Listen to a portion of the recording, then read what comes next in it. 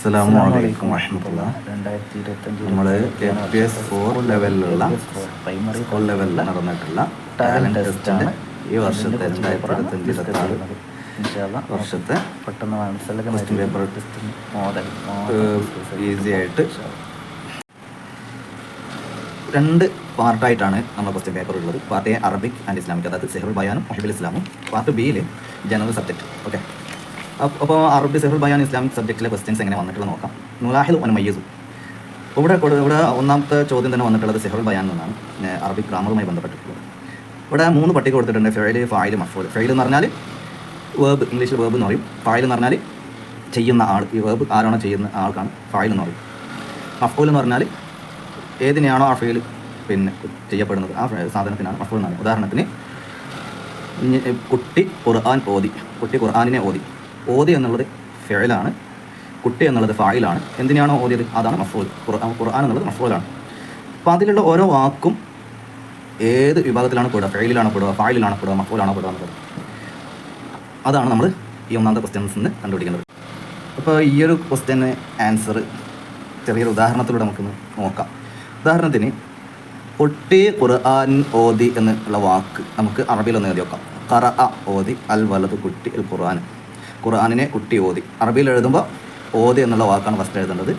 ആരാണ് ഓതി എന്നുള്ളതാണ് സെക്കൻഡ് എഴുതേണ്ടത്. അവസാനം എന്തിനാണ് ഓതി എന്നുള്ളതാണ് തേർഡ് എഴുതേണ്ടത്. ഓക്കെ, ഇതാണ് ഏറ്റവും ബേസിക് ആയിട്ടുള്ള സിമ്പിളായിട്ടുള്ള അറബിക്കിൻ്റെ വേർബ് വരുന്ന സ്ട്രക്ചർ ഇങ്ങനെയാണ്, സെൻറ്റൻസിൻ്റെ സ്ട്രക്ചർ ഇങ്ങനെയാണ്. അപ്പോൾ ഖറഅ ഓതി, അതായത് ചെയ്യുന്ന ഏത് കാര്യം, ചെയ്യുന്ന കാര്യം വേർബ് എന്ന് പറഞ്ഞാൽ ചെയ്യുന്ന എല്ലാ കാര്യങ്ങൾക്കും വേർബ് എന്ന് പറയും. ഉദാഹരണത്തിന് കുടിച്ചു, പഠിച്ചു, കളിച്ചു, കളിക്കുന്നു, ഓടുന്നു, തുള്ളുന്നു, അങ്ങനെ ചെയ്യുന്നതായിട്ടുള്ള എല്ലാ കാര്യങ്ങളും വേർബായിട്ടാണ് വരുന്നത്. അപ്പോൾ പിന്നെ നമുക്ക് ഏതെങ്കിലും ക്വസ്റ്റ്യൻസിൽ ഡൗട്ട് ഉണ്ടെങ്കിൽ ജസ്റ്റ് ഒന്ന് ടീച്ചേഴ്സിനോട് ചോദിച്ചാൽ അർത്ഥം പറയുമ്പോൾ തന്നെ നമുക്ക് അത് ചെയ്യുന്ന കാര്യത്തിൽ പെട്ടതാണെങ്കിൽ നമുക്കത് വേർബാണ്. അല്ലെങ്കിൽ ഫെയിലാണെന്ന് പറയും. വേർബ് എന്ന് പറഞ്ഞാൽ അറബിയിൽ ഫെയിൽ എന്ന് പറയും കേട്ടോ. ഇത് ഫെയിൽ, വേർബ് എന്ന് പറഞ്ഞാൽ ഫെയിലാണ്. ഓക്കെ, ഇനി ആരാണോ ആ ഫെയിൽ ചെയ്യുന്ന ആൾ, ഇവിടെ ഓതുന്ന ആൾ ആരാണ്? കുട്ടിയാണ്. ഈ കുട്ടിക്ക് ഇംഗ്ലീഷിൽ നമ്മൾ അതിന് സബ്ജക്റ്റ് എന്ന് പറയും, അറബിയിൽ നമ്മൾ അതിന് ഫായിൽ എന്ന് പറയും. ഓക്കെ, ഫായിൽ. ഇനി എന്തിനെയാണോ കുട്ടി ഓതുന്നത് അതിന് പിന്നെ ഇംഗ്ലീഷിൽ ഒബ്ജക്റ്റ് എന്ന് പറയും, അറബിയിൽ മഫ്ഊൽ എന്ന് പറയും. ഓക്കെ, ഈ കാര്യം നമ്മളാദ്യം മനസ്സിലാക്കി വെക്കണം. ഫെയിൽ എന്താണ്, ഫായിൽ എന്താണ്, മഫ്ഊൽ എന്താണ് എന്നുള്ള കാര്യം നമ്മൾ മനസ്സിലാക്കണം. ഫെയിൽ, ഫായിൽ, മഫ്ഊൽ ഇതെന്താണ് മനസ്സിലാക്കി വെക്കണം. അത് മനസ്സിലാക്കി വെച്ചാൽ ബാക്കിയുള്ള കാര്യങ്ങളൊക്കെ എളുപ്പമാണ്. ഇപ്പോൾ ഫെയിൽ എന്ന് പറഞ്ഞാൽ പ്രവൃത്തി അല്ലേ, കർമ്മം, വേർബ് എന്നൊക്കെ പറയും. ഫായിൽ എന്ന് പറഞ്ഞാൽ ചെയ്യുന്ന ആൾ, ആ സെൻറ്റൻസിൽ ആരാണോ ആ കാര്യം ചെയ്യുന്നത് അയാൾക്കാണ് ഫായിൽ എന്ന് പറയുന്നത്. എന്തിനെയാണോ ചെയ്യുന്നത് ആ സാധനത്തിന് മഫ്ഊൽ എന്ന് പറയും. ഓക്കെ, അപ്പോൾ ഏത് ചെറിയ സെൻറ്റൻസ് വെച്ചിട്ട് നോക്കി വെക്കാം. ഓതി എന്നുള്ളത് ഫെയിലാണ്, വലത് എന്നുള്ള കുട്ടിയാണല്ലോ ഓതിയത്. അപ്പോൾ കുട്ടിയാണ് ഫായിൽ. എന്തിനാണ് ഓതിയത്? ഖുർആനിനെയാണ് ഓതിയത്, മഫ്ഊലാണ്. ഓക്കെ, അപ്പോൾ അത് ഇംഗ്ലീഷിൽ ഇങ്ങനെയാണ് എഴുതുക, ദ ബോയ്. ഇപ്പോൾ അറബിയിൽ ബോയ് എന്നുള്ളത് സെക്കൻഡായിട്ടാണ് വന്നത്, പക്ഷേ ഇംഗ്ലീഷിൽ എഴുതുമ്പോൾ ഫസ്റ്റായിട്ടാണ് വരുന്നത്. പിന്നെ വേർബ് സെക്കൻഡായിട്ട് വരുന്നുണ്ട്, റിസൈറ്റ് ദ ഖുർആൻ. ഒബ്ജക്റ്റ് അറബിയിലും ഇംഗ്ലീഷിലൊക്കെ ലാസ്റ്റാണ് വരുന്നത്. അറബി എഴുതുമ്പോൾ ഒബ്ജക്റ്റ് അവസാനമാണ് വരുന്നത്, ഇംഗ്ലീഷ് എഴുതുമ്പോൾ ഒബ്ജക്റ്റ് എന്താക്കുന്നത് മഫ്ഊൽ അവസാനമായിട്ടാണ് വരുന്നത്. അപ്പോൾ ഈ കാര്യം മനസ്സിലാക്കി വെച്ചാൽ നമുക്ക് ഈ ഒരു ക്വസ്റ്റ്യൻസ് പെട്ടെന്ന് എന്താക്കാം, ഇത്ര എളുപ്പത്തിൽ ചെയ്യും. തത്ബഹുൽ ഉമ്മുൽ കബ്സ. കബ്സയെ ഉമ്മ പാചകം ചെയ്യുന്നു, ഉണ്ടാക്കുന്നു. ഇതാണ് തത്ബഹു, പാചകം ചെയ്യുന്നു എന്നുള്ളതാണ് എൻ്റെ ഫെയിൽ. ആരാണ് പാചകം ചെയ്യുന്നത്? ഉമ്മയാണ്, അതാണ് ഫായിൽ. എന്തിനെയാണ് പാചകം ചെയ്യുന്നത്? ഫുഡ് ഏതാ? കബ്സ. കബ്സയെ മഫ്ഊൽ. ഇനി അടുത്തത് ഇജ്തമഅത്തിൽ അസ്തിഖാവ്, കൂട്ടുകാർ ഒരുമിച്ച് കൂടി. അപ്പോൾ ഇതിൽ ഒരുമിച്ച് കൂടി എന്നുള്ളതാണ് ഫെയിൽ. അസ്തിഖാവ് ആരാണ് ഒരുമിച്ച് കൂടിയത്? കൂട്ടുകാരാണ്, അതാണ് ഫായിൽ. ഇത് എന്തില്ല? മഫ്ഊലില്ല. മൂന്നാമത്തെ ക്വസ്റ്റ്യന് തറക്കൽ ബലദുൽ ഹജറ. തറക്ക ഒഴിവാക്കിയെന്നാണ്, വലത് കുട്ടി, ഹജറ. ഹജർ എന്ന് പറഞ്ഞാൽ കല്ല്. അപ്പോൾ കല്ലിനെ കുട്ടി ഒഴിവാക്കി. അപ്പോൾ ഒഴിവാക്കി എന്നുള്ളതാണ് ഫെയിൽ. വലത് ആരാണ് ഒഴിവാക്കിയത്? അവനാണ് കുട്ടി അല്ലേ, അവനാണ് ഫായിൽ. എന്തിനാണ് ഒഴിവാക്കിയത്? ഹജർ, കല്ലിനെ. അപ്പോൾ അത് മഫ്ഊൽ. ഈ രീതിയിലാണ് ഈ ഒരു രീതിയിലുള്ള ക്വസ്റ്റ്യൻ വന്നാൽ നമ്മൾ ആൻസർ ചെയ്യേണ്ടത്. ഓക്കെ, രണ്ടാമത്തെ ക്വസ്റ്റ്യന് അലാമാത്ത, ശരിയും തെറ്റും അടയാളപ്പെടുത്തുക എന്നുള്ളത്. ഇതും സെഹ്റുൽ ബയാനുമായി ബന്ധപ്പെട്ടിട്ടുള്ള ക്വസ്റ്റ്യനാണ്. ഒന്നാമത്തെ ക്വസ്റ്റ്യൻ നോക്കാം. അൻ നിസാഉ തഖ്റുജു ഇലൽ മദീന. ഇവിടെ നമ്മൾ ഫെയിലും ഇസ്മുകളും പറ്റി കൃത്യമായിട്ടുള്ളൊരു ധാരണ വേണം. ഓക്കെ, ഫെയിൽ മുളാരി ആയാലും മാളി ആയാലും അതിന് മുഫ്രദ്, മുസന്ന, ജംഅ്, അതേപോലെ അതിന് മുദക്കർ, മുഅന്നസ്, ഇങ്ങനെയുള്ള പല തരത്തിലാക്കിയിട്ട് നമ്മൾ പഠിച്ചു വെക്കേണ്ടതുണ്ട്. അത് എങ്ങനെയാണെന്നുള്ളത് കൃത്യമായിട്ട് നമ്മൾ നോട്ടിലൊക്കെ എഴുതിയിട്ട് ഉള്ളതാണ്. എന്തെങ്കിലും ഡൗട്ട് ഉണ്ടെങ്കിൽ ഒന്ന് കമൻറ്റിൽ രേഖപ്പെടുത്തുക. ഇൻഷാ അല്ലാഹ് എനിക്ക് കഴിയുന്ന രീതിയിൽ ഞാൻ ഹെൽപ്പ് ചെയ്യാം. ഓക്കെ. അപ്പോൾ ഫെയിലുകൾ അങ്ങനെ ഉണ്ട്. ഇവിടെ കൊടുത്തിട്ടുള്ള ഫെയിൽ തഹ്റുജു പുറപ്പെടുന്നു. നിസാ സ്ത്രീകൾ തഹ്റുജു പുറപ്പെടുന്നു ഇലൽ മദീന. പക്ഷേ നിസാ എന്നുള്ളത് സ്ത്രീകൾ ബഹുവചനം ഫസ്റ്റ് കൊടുക്കുകയും അതിൻ്റെ ഫെയിൽ സിംഗിളാക്കി കൊടുക്കുകയും ചെയ്യും. സെക്കൻഡായിട്ട് സിംഗിളാക്കി കൊടുക്കുകയും ചെയ്താൽ അത് തെറ്റായിട്ട് വരും. അപ്പോൾ ഇവിടെ തഹ്റുജുൻ എന്നല്ല വേണ്ടത്, യഹ്റുജ്ന എന്നാണ് വേണ്ടത്. എന്താണ് വേണ്ടത്? ഞാൻ എഴുതി കാണിച്ചു.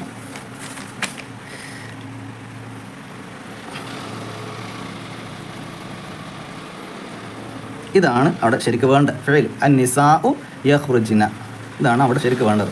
അപ്പോൾ അങ്ങനെയല്ല അവിടെ കൊടുത്തിട്ടുള്ളത്. അപ്പോൾ ഇതെന്താണ്? തെറ്റാണ്. ഓക്കെ. ഇനി രണ്ടാമത്തത് അൽ ഉമ്മാലു, പണിക്കാർ, പ്ലൂരലാണ് കൊടുത്തിട്ടുള്ളത്. യദ്ഹബൂന, അവർ പോകുന്നു എന്നാണ് കൊടുത്തിട്ടുള്ളത്. അപ്പോൾ പണിക്കാർ എന്നുള്ളതും ബഹുവചനാണ്, പ്ലൂരലാണ്. യദ്ഹബൂന എന്നുള്ള ഫെയിലും പ്ലൂരലാണ്, രണ്ടും മുദക്കറാണ്, ഒരേ ഗ്രൂപ്പിൽ പെടുന്നതാണ്. അതുകൊണ്ട് ഇവിടെ മറ്റുള്ള തെറ്റുകളൊന്നും വരുന്നില്ല. അവിടെ ശരിയിട്ട് കൊടുക്കാം. ഇനി മൂന്നാമത്തത് കുറച്ച് ലെങ്ത്തുള്ള സെൻറ്റൻസ് ആണല്ലേ. ഹാദിഹി ഹസീന, ഇത് ഹസീനയാകുന്നു, ഇവൾ ഹസീനയാകുന്നു. ഹിയ സദിയഖത്തി, ഇവൾ എൻ്റെ കൂട്ടുകാരിയാണ്. ഇനി പറയാണ് ബൈത്തുഹു, അവൻ്റെ വീട്. ഹു എന്നുള്ളത് അവൻ്റെ എന്നുള്ള അർത്ഥമാണ് കേട്ടോ. ഹു എന്നുള്ളത് ഒരു വാക്കിൻ്റെ കൂടെ ഹു വന്നാൽ അവൻ്റെ എന്നാണ് അർത്ഥം. ഹ വന്നാൽ അവളുടെ എന്നാണ് അർത്ഥം. അപ്പോൾ ഒന്ന് നോക്കി നോക്കാം, ഉദാഹരണം നോക്കിക്കോ. അപ്പോൾ കലമുൻ പ്ലസ് ഹു, കലമു ഹു, ഹീസ് പെൻ. കലമുഹു എന്ന് പറഞ്ഞാൽ ഹീസ് പെൻ എന്നാണ് അർത്ഥം. അതേസമയം കലമുൻ പ്ലസ് ഹ, കലമുഹ, ഹെർ പെൻ. ഒന്ന് ആണും ഒന്ന് പെണ്ണുമാണ്. അപ്പോൾ ഇത് ആണാണ്, ഇത് പെണ്ണാണ്. അപ്പോൾ ഇവിടെ പെണ്ണിനെ കുറിച്ച് പറയുന്നിടത്ത് ബൈത്തുഹു, അവൻ്റെ വീട് എന്ന് പറയുന്നത് തെറ്റായിട്ടുള്ളൊരു കാര്യമാണ്. അവളുടെ വീടാണെന്ന് പറയേണ്ടത്. അപ്പോൾ ഇത് തെറ്റാണ്. അപ്പോൾ അവിടെ ചെറിയൊരു നമ്മൾ പെട്ടെന്ന് പിന്നെ നമ്മൾ കണ്ടുപെടില്ല, ചെറിയ രീതിയിലുള്ള ഒരു അക്ഷരം കൊണ്ട് വലിയ മിസ്റ്റേക്ക് അവിടെ വരുന്നുണ്ട്.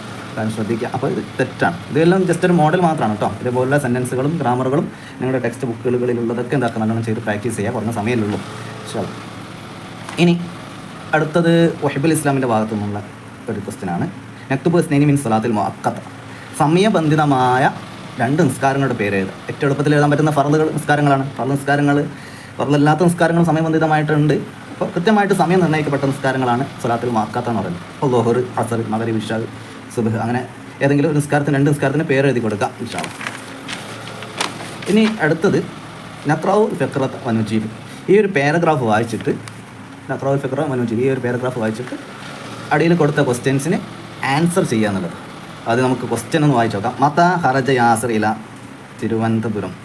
മത എന്ന് പറഞ്ഞാൽ എപ്പോൾ, ഹറജ പുറപ്പെട്ടു, യാസർ പുറപ്പെട്ടു, ഇല തിരുവനന്തപുരം. തിരുവനന്തപുരത്തേക്ക് യാസർ പുറപ്പെട്ടത് എപ്പോൾ എന്നാണ് ചോദ്യം. ഓക്കെ, അത് നമുക്ക് നോക്കി കണ്ടുപിടിക്കാം. രണ്ടാമത്തെ ചോദ്യം, മിൻ ഐന റക്കിബൽ ഖിത്താർ. ഇതെൻ്റെ ഓർമ്മ വെച്ചിട്ടാണ് 4ാം ക്ലാസ്സിലെ പിന്നെ സിറുൽ ബയാൻ എന്നാണ് ഈ ചോദ്യം വന്നിട്ടുള്ളതാണ് ഞാൻ മനസ്സിലാക്കുന്നത്.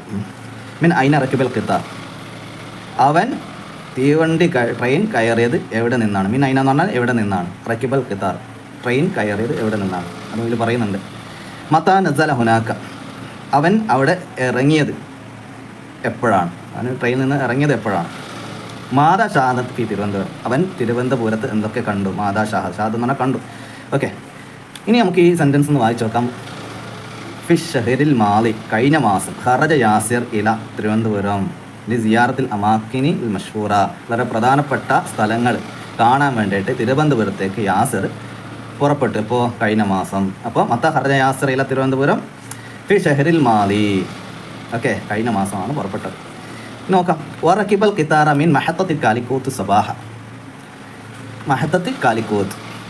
അപ്പോൾ ഇവിടെ എന്താ പറയുന്നത്? റക്കിബ, അവൻ യാസർ കയറിയിൽ കിത്താറ, തീവണ്ടിയിൽ കയറി. മീൻ മഹത്തത്തിൽ കാലിക്കോത്ത്, കോഴിക്കോട് സ്റ്റേഷനിൽ നിന്ന്, റെയിൽവേ സ്റ്റേഷനിൽ നിന്നാണ് കയറിയത്. അപ്പോൾ ഇവിടെ നിന്ന് രണ്ടാമത്തെ ചോദ്യം, മിൻ ഐന റക്കിബൽ കിത്താർ. അപ്പോൾ മിന്ന് വന്നിട്ട് തന്നെ ഇവിടെ ഉത്തരമുണ്ട്. റക്കിബൽ കിത്താറ മിൻ മഹത്തത്തിൽ കാലിക്കോത്ത്. ഓക്കെ, മിൻ മഹത്തത്തിൽ കാലിക്കോത്ത് എന്നാണ് അതിൻ്റെ ഉത്തരം. മിൻ മഹത്തത്തിൽ കാലിക്കോത്ത് എന്ന് എഴുതിയാൽ മതി. ഓക്കെ, മത്ത നസല ഹുനാക്ക നടത്തും. നമുക്ക് അതിന് നോക്കാം. നസല ഹുനാക്ക ലൈലൻ ബഅദ സലാത്തുൽ ഇശാ. ഇശാ നിസ്കാരത്തിന് ശേഷം രാത്രി ഇവിടെ ഇറങ്ങി. അപ്പോൾ എപ്പോഴാണ് ഇറങ്ങിയത്? നസല ഹുനാക്ക ലൈലൻ ബഅദ സലാത്തുൽ ഇശാ. അപ്പോൾ നമ്മുടെ ചോദ്യം ക്വസ്റ്റ്യൻ പിന്നെ ക്വസ്റ്റ്യൻസും അതിൻ്റെ പാരഗ്രാഫ് ഒന്ന് വായിച്ചാൽ ഏകദേശം അതേ പദങ്ങൾ വരുന്ന സെൻറ്റൻസുകൾ ഉണ്ടെങ്കിൽ പെട്ടെന്ന് നമുക്ക് ആ സെൻറ്റൻസിൽ തന്നെ നമുക്ക് ഉത്തരം കണ്ടുപിടിക്കാൻ പറ്റും. അത് ഷാദഫ് തിരുവനന്തപുരം, എന്തൊക്കെയാണ് തിരുവനന്തപുരത്ത് കണ്ടതെന്ന്. ആ തജവ്വല, ചുറ്റിയടിച്ചു. ഫിൽ മദീനത്തി പട്ടണത്തിൽ ഇങ്ങനെ ചുറ്റിക്കറങ്ങി. വഷാഹദ സൂക്കൽ മർക്കസി പ്രധാനപ്പെട്ട ടൗണുകളൊക്കെ എന്താക്കി, ചന്തകളും ഷോപ്പുകളൊക്കെ എന്താക്കി, മാർക്കറ്റുകളൊക്കെ എന്താക്കി കണ്ട്. അപ്പോൾ ഷാഹദ സൂക്കൽ മർക്കസിയ. അപ്പോൾ ഷാഹദ ഫി തിരുവനന്തപുരം, മാത ഷാഹദ എന്താണ് കണ്ടത്? ഷാഹദ സൂക്കൽ മർക്കസിയ കണ്ട്. അതേ വേർഡിൽ വരുന്നത് പിന്നെ. അപ്പോൾ ഇവിടെ ഉള്ള വാ എക്സ്ട്രാ വരുന്നതാണ്. വാ ഒഴിവാക്കിയിട്ട് നമുക്ക് ഉത്തരം എഴുതാൻ മതി. അപ്പോൾ എങ്ങനെയാണ് സെൻറ്റൻസും പാരഗ്രാഫും ക്വസ്റ്റ്യൻസും തന്നാൽ നമ്മൾ ഉത്തരം കണ്ടുപിടിക്കുന്നത്. നല്ലോണം വായിച്ച് നോക്കിയാൽ നമുക്ക് എന്താക്കാം, പെട്ടെന്ന് ഉത്തരം കണ്ടുപിടിക്കാം.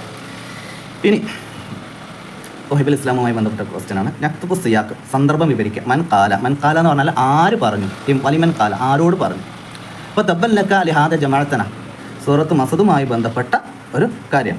നബി സല്ലല്ലാഹു അലൈഹി വസല്ലമയെ കുറിച്ചിട്ട് വഹിബുൽ ഇസ്ലാം പഠിപ്പിക്കുന്ന തുടക്കത്തിൽ തന്നെ താരീഖിൽ 4ാം ക്ലാസ് താരീഖിൽ ഈ കാര്യം നമ്മൾ പഠിപ്പിക്കുന്നുണ്ട്. തബ്ബല്ലക, നിനക്ക് നാശം, ലിഹാദ ജമാഅത്തന, ഇതിന് വേണ്ടിയിട്ടാണോ നീ നമ്മൾ ഒരുമിച്ച് കൂട്ടിയത്? ഇത് ആരാണ് പറഞ്ഞത്? ഇത് പറഞ്ഞത് അബൂലഹബാണ്. അപ്പോൾ മൻ ആരാണ് പറഞ്ഞത്? ആരാണെന്ന് പറഞ്ഞതിൻ്റെ ഉത്തരം എഴുതുമ്പോൾ നമ്മൾ എന്താക്കണം, കാല എന്ന് വെച്ചിട്ട് എഴുതണം. ആല ആരാണ് പറഞ്ഞത്? ആ പറഞ്ഞ ആളെ പേര് ഇവിടെ എഴുതണം. പറഞ്ഞ ആളാരാണ്? അബൂലഹബാണ് പറഞ്ഞത്. ആരോടാണ് പറഞ്ഞത്? വലിമൻ കാല, ആരോട് പറഞ്ഞു. അപ്പോൾ ആരോട് പറഞ്ഞു എന്ന് എഴുതണമെങ്കിൽ ലീ വെച്ചിട്ട് എഴുതണം.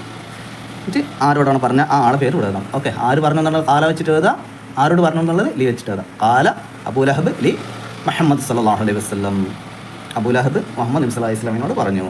നതദക്കറു വനക്തുബു, ഇതെന്താണ്? ഇഫ്ലാക്കിയിട്ട് എഴുതേണ്ടതാണ്. ഇഫ്ലാക്കി പഠിച്ച കാര്യം നമ്മൾ എഴുതേണ്ടതാണ്. ഇത് നമ്മൾ പഠിച്ചതാണ്. അതെന്താക്കുക, അത് കണ്ടുപിടിച്ച് നമ്മൾ എഴുതണം. അപ്പോൾ അതുപോലെ രണ്ടാമത്തെ ക്വസ്റ്റ്യൻ ദേശ് ദുൽമാത്തുൽ യൗമൽ ഖിയാമ, അതേപോലെ മൻ സാമ റമളാൻ. ഓക്കെ, പിന്നെ ഖാലു യാ റസൂലല്ലാഹ് വമാ തീനത്തുൽ ഖബാൽ ഖാൽ. ഇതൊക്കെ നമ്മൾ വഹിബുൽ ഇസ്ലാമിൽ പഠിച്ചതാണ്. അത് ഇൻഷാ അല്ലാഹ് അത് പിന്നെ വീണ്ടും ഓർമ്മിപ്പിക്കുന്ന രീതിയിൽ വഹിബുൽ ഇസ്ലാമിൻ്റെ കിതാബുകളിൽ ഓരോ വർഷവും വരുന്ന കാര്യങ്ങളാണ്. ആ കാര്യങ്ങൾ അത് മാത്രമല്ല, അതുപോലുള്ള മറ്റുള്ള ഹദീസുകളും ദിക്റുകളൊക്കെ നമ്മൾ എന്താക്കാൻ മനസ്സിലാക്കി വെക്കണം. ഇതിൻ്റെ ഒരു മോഡൽ മാത്രമാണ് കേട്ടോ. പാർട്ട് ബിയിൽ ജനറൽ സബ്ജക്റ്റാണ്. Answer the following questions. അപ്പോൾ ഒന്നാമത്തെ ക്വസ്റ്റ്യൻ വന്നിട്ടുള്ള മാത്സ് ആണ്.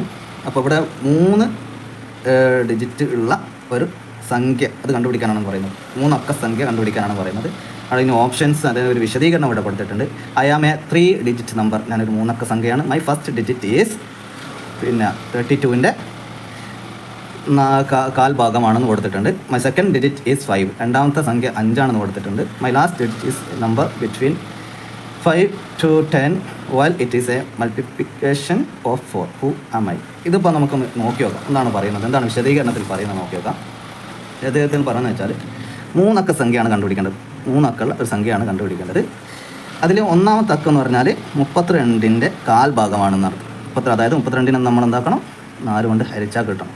8 ആണ് അതിൻ്റെ ആൻസർ. അപ്പോൾ ഹരിക്കുന്നത് നിങ്ങൾ മാത്സ് പഠിച്ചിട്ടുണ്ടാവുമല്ലോ. അപ്പോൾ അത് എങ്ങനെ നിങ്ങളുടെ രീതി അനുസരിച്ച് ഹരിച്ച് കണ്ടുപിടിക്കുക. ഒന്നാമത്തെ സംഖ്യ നമുക്ക് 8 ആണെന്ന് കിട്ടി. രണ്ടാമത്തെ സംഖ്യ ഓൾറെഡി ഈ ക്വസ്റ്റ്യൻ തന്നെ പറയുന്നുണ്ട്. മൈ സെക്കൻഡ് ഡിജിറ്റ് നമ്പർ 5 ആണെന്ന് പറയുന്നുണ്ട്. അപ്പോൾ രണ്ടാമത്തെ നമ്പർ 5 ആണെന്ന് ഓൾറെഡി കിട്ടി. മൂന്നാമത്തെ നമ്പർ 5നും 10നും ഇടയ്ക്കുള്ള 4ൻ്റെ ഗുണിതമാണ്. അപ്പോൾ 5 നോക്കി അങ്ങോട്ട് എഴുതി വെക്കാം. 5, 6, 7, 8, 9, 10 അല്ലേ? 5, 6, 7, 8, 9. ഇതിൽ 4ൻ്റെ ഗുണിതം ഏതാ? 8 ആണ്. 4ൻ്റെ ഗുണന പട്ടിക പഠിച്ച ആൾക്ക് പെട്ടെന്ന് തിരിയും. ഒരു 4, 4, 2, 4, 8, 3, 4, 12 ആണ്. അപ്പോൾ ഇതിനിടയിൽ 12 ഇല്ലല്ലോ. അപ്പോൾ 8 ആണ് ഇതിൻ്റെ മൂന്നാമത്തെ. അപ്പോൾ ഉത്തരം എന്താണ്? 858. ഈ രീതിയിൽ പല രീതിയിലായിരിക്കും ക്വസ്റ്റ്യൻസ് ഉണ്ടാവുക. അപ്പോൾ അതിലൊരു മോഡൽ മാത്രമാണ് ഇത്. ഇൻഷാല്ലാഹ് നിങ്ങളുടെ രീതിയിൽ ക്വസ്റ്റ്യൻസ് നല്ല മനസ്സിലാക്കിയാൽ ആൻസർ പെട്ടെന്ന് കിട്ടും. ഓക്കെ, രണ്ടാമത്തെ ചോദ്യം make the biggest 4 digit number using. അപ്പോൾ ഇവിടെ കൊടുത്തിട്ടുള്ള ഓപ്ഷൻ ഉപയോഗിച്ചിട്ട് ഏറ്റവും വലിയ ഡിജിറ്റ് 4 അക്ക ഡിജിറ്റ് നമ്പർ എഴുതാനാണ് പറയുന്നത്. ഒന്നാമത്തെ ക്വസ്റ്റ്യൻ 2, 3, 0, 1 അത് ഉപയോഗിച്ചിട്ട് നമുക്ക് ഏറ്റവും വലിയ ഡിജിറ്റ് നമ്പർ ഏറ്റവും എളുപ്പത്തിൽ നമുക്ക് ഉണ്ടാക്കാം. നമുക്കൊക്കെ അറിയാം. എന്നാലും പിന്നെ ഇതിലുള്ള ഏറ്റവും വലിയ അക്കം ഫസ്റ്റ് എഴുതാം. പിന്നെ രണ്ടാമത്തെ വലിയ അക്കം രണ്ടാമത് എഴുതാം. മൂന്നാമത്തെ വലിയ അക്കം എഴുതാം. അപ്പോൾ ഇതിനുകൊണ്ട് ഉപയോഗിച്ചിട്ട് നമുക്ക് എഴുതാൻ പറ്റുന്ന ഏറ്റവും വലിയ അക്കം 4 അക്ക സംഖ്യ 3210 ആണ്. രണ്ടാമത്തത് 6, 4, 9, 1, 9. ഇത് ഉപയോഗിച്ചിട്ട് എങ്ങനെയാണ്? ഒന്നുമില്ല, സിമ്പിളാണ്. ഇതിലെ ഏറ്റവും വലിയ സംഖ്യ ഫസ്റ്റ് എഴുതാം. ഏതാണ്? 9 ആണ്. അത് കഴിഞ്ഞിട്ട് ഏറ്റവും വലുത് 6 ആണ്. അത് കഴിഞ്ഞിട്ട് ഏറ്റവും വലുത് 4 ആണ്.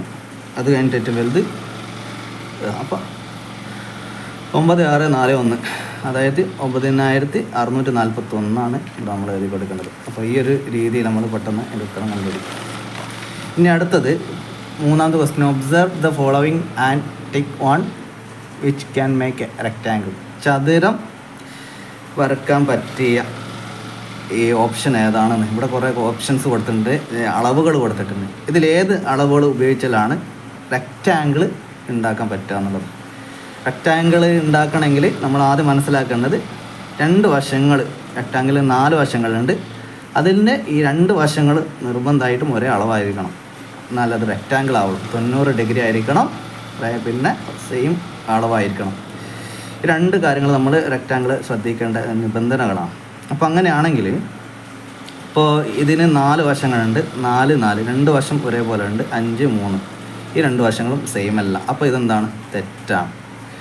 ഇനി ഇവിടെ നോക്കാം, ഒരു വശം 6, ഒരു വശം 6, സെയിം, 2 വശങ്ങൾ ഒരേപോലെ ഉണ്ട്, മറ്റൊരു വശം 7, മറ്റൊരു വശം 7, ഇപ്പോൾ ഇവിടെയും 2 വശങ്ങൾ ഒരേപോലെ ഉണ്ട്. അപ്പോൾ ഇതിൻ്റെ 2 വശങ്ങൾ ഒരേപോലെയാണ്, അപ്പോൾ ഇത് ശരിയാണ്.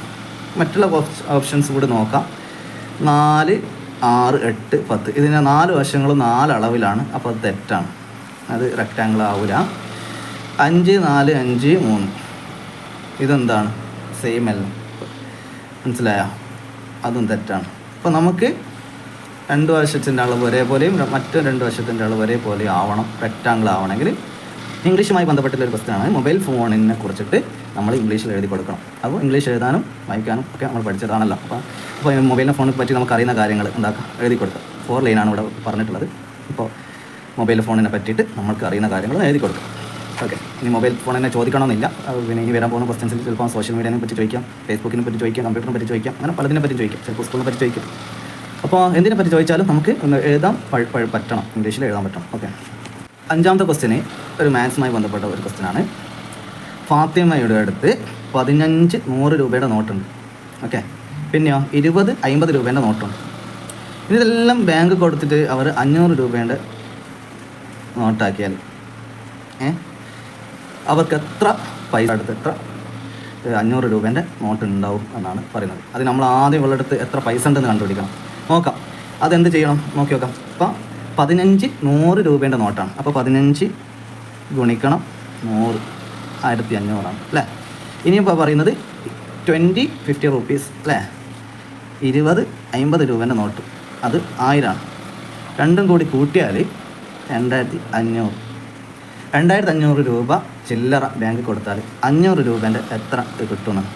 അപ്പോൾ എന്താക്കണം, 2500-നെ 500 കൊണ്ട് ഹരിച്ചാൽ, മനസ്സിലായോ? 2500 500 കൊണ്ട് ഹരിച്ചാൽ ആൻസർ 5 എന്ന് കിട്ടും. 500 500 2500 1000 3500 1500 4500 2000 5500 2500. ഓക്കെ, അപ്പോൾ 500-ൻ്റെ നോട്ട് അവർക്ക് കിട്ടും. അതാണ് പിന്നെ ഇവിടെ കൊടുത്തത്. How many 500 rupees notes will she receive from the bank. Okay, അതിൻ്റെ ആൻസർ അങ്ങനെയാണ്. 6ാമത്തെ ക്വസ്റ്റ്യന് വീണ്ടും ഇംഗ്ലീഷുമായി ബന്ധപ്പെട്ട സ്റ്റോറി നറേഷൻ മോഡൽ ക്വസ്റ്റ്യനാണ്. ഇവിടെ കൊടുത്തിട്ടുള്ളൊരു പിന്നെ കണ്ടന്റ് എന്ന് പറയുന്നത്, ആശയം എന്ന് പറഞ്ഞാൽ തീം എന്നത് ഏറ്റവും ഫേമസ് ആയിട്ടുള്ള റാബിറ്റ് ആൻഡ് ടോർട്ടോയ്സ്, അതായത് ആമയുടെയും മുയലിൻ്റെയും കഥ അറിയാലോ. ആമയും മുയലും ഓട്ട മത്സരം നടത്തിയിട്ടുള്ള കഥ. ആ കഥയിൽ പിന്നെ ഫൈനലി ആമ ജയിക്കുന്നുണ്ട്. അപ്പോൾ അങ്ങനെ ആമ ജയിക്കുന്ന ആമയുടെയും റാബിറ്റിൻ്റെയും കഥ നമ്മുടെ സ്വന്തം ശൈലിയിൽ നമുക്കറിയുന്ന രീതിയിൽ തെറ്റാതെ ഇംഗ്ലീഷിൽ എഴുതി കൊടുക്കാനാണ് പറയുന്നത്. ഓക്കെ, ചോദ്യം 7, ചൂസ് ദ കറക്റ്റ് അല്ലേ. ഇവിടെ 3 ക്വസ്റ്റ്യൻസ് തന്നിട്ടുണ്ട്. 7ാമത്തെ ചോദ്യത്തിൻ്റെ ഉപചോദ്യങ്ങളായിട്ട് സബ് ക്വസ്റ്റ്യൻസ് ആയിട്ട് 3 കൊടുത്തിട്ടുണ്ട്. ഇംഗ്ലീഷ് ഗ്രാമറുമായി ബന്ധപ്പെട്ടിട്ടുണ്ട്. The little girl is dash singer. ഇവിടെ 2 ഓപ്ഷൻ കൊടുത്തിട്ടുണ്ട്. ബ്യൂട്ടിഫുൾ, ബ്യൂട്ടിഫുള്ളി, ഭംഗിയുള്ളത് അല്ലേ, മനോഹരമായി. അപ്പോൾ ഇതിലൊന്ന് അഡ്ജക്റ്റീവാണ്, ഒന്ന് അഡ്വേർബാണ്. അപ്പോൾ ഇതിലേതാണ് ഇവിടെ കൊടുക്കുക? രണ്ടും പിന്നെ ഒരു വേർഡിനെ വിശേഷിപ്പിക്കാൻ വേണ്ടിയിട്ട് യൂസ് ചെയ്യുന്നതാണ്. അപ്പോൾ നൗൺ ആണെങ്കിൽ അഡ്ജക്റ്റീവും, വേർബാണെങ്കിൽ അഡ്വേർബാണ് നമ്മൾ യൂസ് ചെയ്യേണ്ടത്. ഇവിടെ സിംഗർ എന്നുള്ളത് നൗണാണ്. ഇപ്പോൾ സിംഗറിനെ വിശേഷിപ്പിക്കാൻ വേണ്ടിയിട്ട്, ഭംഗിയുള്ളത് എന്ന് വിശേഷിപ്പിക്കാൻ വേണ്ടിയിട്ട് ബ്യൂട്ടിഫുൾ ആണ് നമ്മൾ കൊടുക്കുന്നത്. The little girl is a beautiful singer. 2ാമത്തെ ക്വസ്റ്റ്യനിൽ he solved the maths problem. ഇവിടെ ഒന്ന് ക്യുക്ക്, മറ്റൊന്ന് ക്യുക്ക്ലി. ഇതിലൊന്ന് അഡ്ജക്റ്റീവും ഒന്ന് അഡ്വേർബാണ്. അപ്പോൾ ഇവിടെ നമ്മൾ കൊടുക്കേണ്ടത് ഈ മാത്സിൻ്റെ പ്രോബ്ലം സോൾവ് ചെയ്തു എന്നുള്ളതാണ്. ഈ സോൾവ് ചെയ്തു എന്നുള്ളത് വേർബാണ്. ഈ വേർബിനെ വിശേഷിപ്പിക്കാൻ വേണ്ടിയിട്ടാണ് നമ്മളിവിടെ പിന്നെ അഡ്വേർബിനെയാണ് നമ്മൾ എന്താക്കണം കൊടുക്കേണ്ടത്. അപ്പോൾ 2 വിശേഷണങ്ങളാണ് കൊടുത്തിട്ടത്, അഡ്ജക്റ്റീവും അഡ്വേർബും. അപ്പോൾ ഇവിടെ വേർബാണുള്ളത്, വേർബിനെ വിശേഷിപ്പിക്കുന്ന സ്പേസ് ആണുള്ളത്. അപ്പോൾ അതുകൊണ്ട് നമ്മൾ എന്താക്കണം, ക്വിക്ക്ലിയാണ് കൊടുക്കേണ്ടത്. ഓക്കെ, ഇനി 3ാമത്തത് Faiz made and sandwich for dash. Fayis എന്നുള്ളത് ഒരു വ്യക്തി ആയതുകൊണ്ട്, സിംഗിൾ ആയതുകൊണ്ട് ഈ ഓപ്ഷൻസിൽ ഉള്ള സിംഗിളിനെയാണ് നമ്മൾ ആൻസർ ചെയ്യേണ്ടത്. ഓക്കെ, അപ്പോൾ ഇതിൽ സിംഗിളായിട്ടത് ഹിംസെൽഫാണ് ഇതിൻ്റെ ആൻസർ. അടുത്ത ചോദ്യം 8, identify the person. One of the Indian president. 3 clue കൊടുത്തിട്ടുണ്ട് ഇവിടെ. ഈ ഒരു ഹിൻഡ് വെച്ചിട്ട് ആരാണ് ഈ വ്യക്തി, ആരെക്കുറിച്ചിട്ടാണ് പറയുന്നത് നമ്മൾ മനസ്സിലാക്കും. അതുകൂടെ എഴുതി കൊടുക്കും. He's book is wing of fire, he's from Tamil Nadu. അപ്പോൾ ഈ 3 ഹിൻഡും ഈ 3 നറേഷനും ഒത്തുചേരുന്ന ഒരു വ്യക്തിയാണുള്ളത്. APJ Abdul Kalam, doctor APJ Abdul Kalam സാറാണ്. അപ്പോൾ അദ്ദേഹത്തിൻ്റെ പേര് ഇവിടെ എഴുതി കൊടുക്കാം. 9ാമത്തത് EVSമായി ബന്ധപ്പെട്ടുള്ള question. What are the adaptations of a fish that helps it to live in water? ഒരു മത്സ്യത്തിന്, ഒരു ഫിഷിന് വെള്ളത്തിൽ ജീവിക്കാൻ വേണ്ട ഘടകങ്ങൾ എന്തൊക്കെയാണ് എന്നുള്ളത്, അതിൻ്റെ ചെതുമ്പൽ, അതിൻ്റെ രൂപഘടന, അതിൻ്റെ നീന്താരണ സവിശേഷത, അതിനെക്കുറിച്ചൊക്കെ EVS നമ്മൾ പഠിച്ചിട്ടുണ്ടല്ലോ. അത് ഇംഗ്ലീഷിൽ തന്നെ എഴുതി കൊടുക്കും. 10, why the frogs are known as amphibian, explain. അപ്പോൾ ഒരു ഫ്രോഗ് ആംഫിബിയൻ എന്ന് പറഞ്ഞാൽ ഉഭയജീവി. അപ്പോൾ തവള ഉഭയജീവിയായിട്ട് അറിയപ്പെടുന്നത് എന്തുകൊണ്ടാണ്? EVS നമ്മൾ പഠിച്ചിട്ടുണ്ട്. നമ്മൾ പഠിച്ച ആൻസർ എന്താക്കുക എഴുതി കൊടുക്കുക. നമ്മൾ ഇംഗ്ലീഷിൽ ഒക്കെ തെറ്റാതെ എഴുതി കൊടുക്കുക. ഇത്രയാണ് ക്വസ്റ്റ്യൻ പേപ്പറുള്ളത്. ഇതൊരു മോഡൽ മാത്രമാണ്. ഇതിനപ്പുറം നമ്മൾ ധാരാളം പ്രാക്ടീസ് ചെയ്തിട്ടുണ്ട്. എന്നാലും ഇതൊരു ചെറിയൊരു ഗൈഡ് എന്നുള്ള നിലക്ക് മാത്രമാണ് ഈ വീഡിയോ ചെയ്തിട്ടുള്ളത്. ഇൻഷാ അല്ലാഹ് പ്രാക്ടീസ് ചെയ്യാം. വിജയിക്കട്ടെ. വിജയാശംസകൾ നേരാണ്. അസ്സലാമു അലൈക്കും വറഹ്മത്തുള്ളാഹി.